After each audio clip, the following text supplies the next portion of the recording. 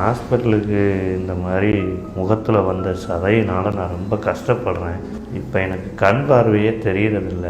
ஒரு கண் தான் தெரியறது, இல்லைன்னா இன்னொரு கண் தெரியறதில்ல.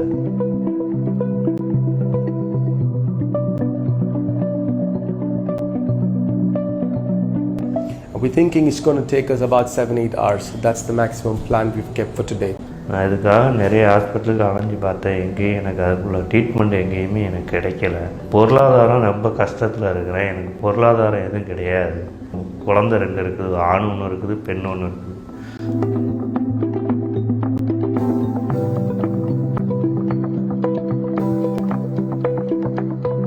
என் மனைவி நான்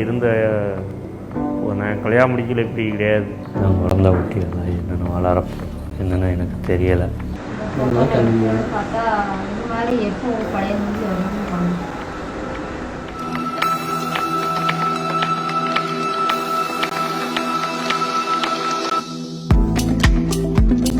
நான் இப்போ ரொம்ப கஷ்டப்படுறேன். என்னோடய வாழ்வாதாரம் ரொம்ப பாதிச்சிருக்கு. வேறு என்ன பண்ணேன்னு எனக்கு தெரியலை.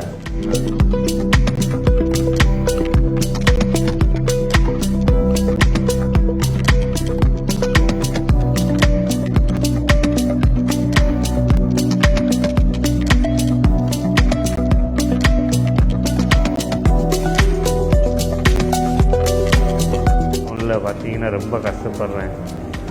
என் குழந்தை குட்டியில் வச்சு நான் இப்போ வாழ்வாதாரத்தை இழந்து போயிருக்கேன். இப்போ ஒரு 6 மாதமாக என்னோடய கஷ்டங்கள்லாம் வெளியில் சொன்னாலும் சொல்லாட்டும் இந்த மாதிரி என் குழந்தை குட்டியில் வச்சு நான் தூங்கியும் தூங்காமலும் என் குழந்தை குட்டியில் 6 மாதமாக இப்போ நான் ரொம்ப கஷ்டப்படுறேன்.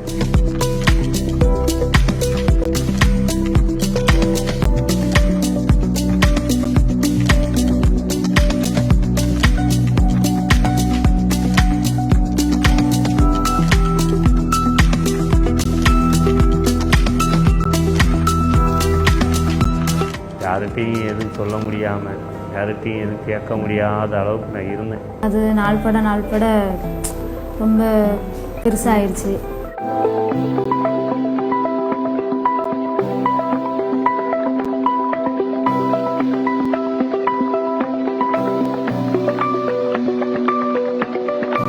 நிறைய வெளியில் மன கஷ்டங்களாக இருக்குது.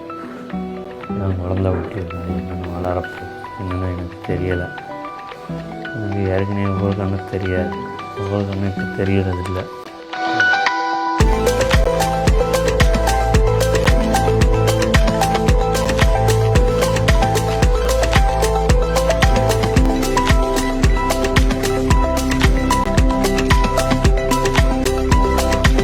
This is how he came here in the year 2017.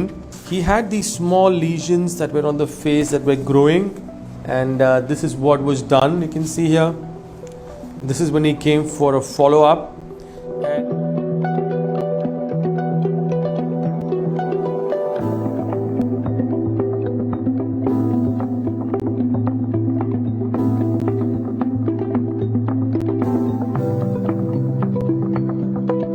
என் குழந்தை குட்டிகளும் நான் வண்டிக்கு போனது வரைக்கும் என் குழந்தை குட்டியை நல்லா சிரித்தாங்க, பேசினாங்க. இப்போ என் குழந்தை குட்டிகளும் எனக்கு பேசணுன்னா கூட எனக்கு சங்கடப்படும். ஏன்னா எங்கள் அத்தா அப்படி தப்பாக இருக்கும்.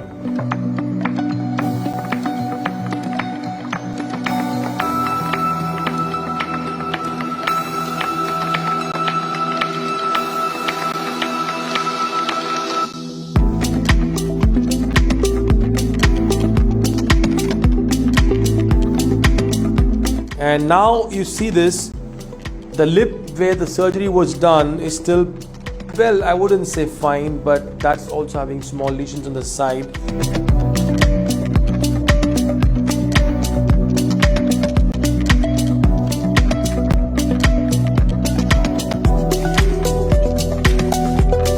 எனக்கு எந்த விதமான வழி இல்லை. ஹாஸ்பிட்டலில் இருந்த சாப்பாடு செலவு எல்லாம் பார்த்தாங்க.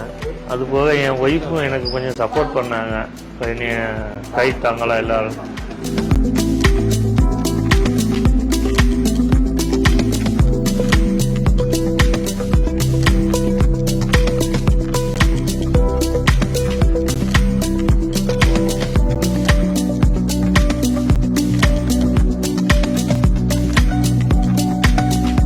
அந்த ஹாஸ்பிட்டலை பொறுத்தளவில் எனக்கு வாழ்நாளில் மறக்கவே முடியாது. ஏன்னா இப்படி ஒரு ஹாஸ்பிட்டலில் வாழ்நாளில் நான் பார்த்ததில்லை. ஒரு ட்ரிப்பு வந்து போயிருக்கேன். ஆனால் என் குழந்தையெல்லாம் இப்போ எல்லாம் சந்தோஷமாக இருக்குது.